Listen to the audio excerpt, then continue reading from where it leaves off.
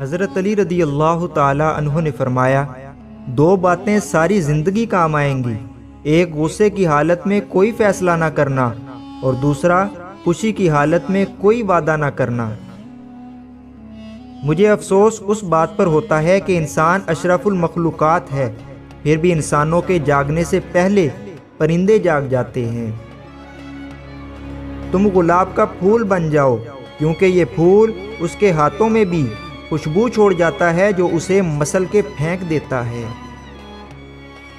انسان کے آنسو اس وقت مقدس ہوتے ہیں جب وہ کسی اور کے دکھ اور تکلیف کو محسوس کر کے نکلے۔ آج کا انسان دولت کو خوش نصیبی سمجھتا ہے اور یہی اس کی بد نصیبی کا ثبوت ہے۔ ایسا بہت کم ہوتا ہے کہ جلد بازی کرنے والا انسان نقصان نہ اٹھائے، اور ایسا ہو ہی نہیں سکتا کہ صبر کرنے والا ناکام ہو جائے۔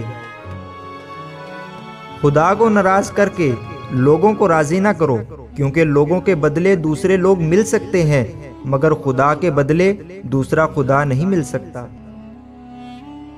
جب تعلق ضرورت کے ہوں تو ان کی یاد بھی ضرورت کے وقت ہی آتی ہے۔ نا امید شخص ہر اچھا موقع بھی گنوا دیتا ہے اور پر امید شخص ہر پریشانی میں بھی موقع تلاش کر لیتا ہے۔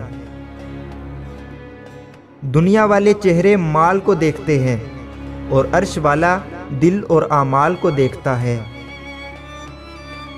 ہم اتنا زور اپنے آپ کو درست کرنے میں نہیں لگاتے جتنا زور دوسروں کو اپنے سے زیادہ غلط ثابت کرنے میں لگا دیتے ہیں۔ چھوٹے چھوٹے شکووں سے بڑے بڑے رشتے کمزور ہو جاتے ہیں۔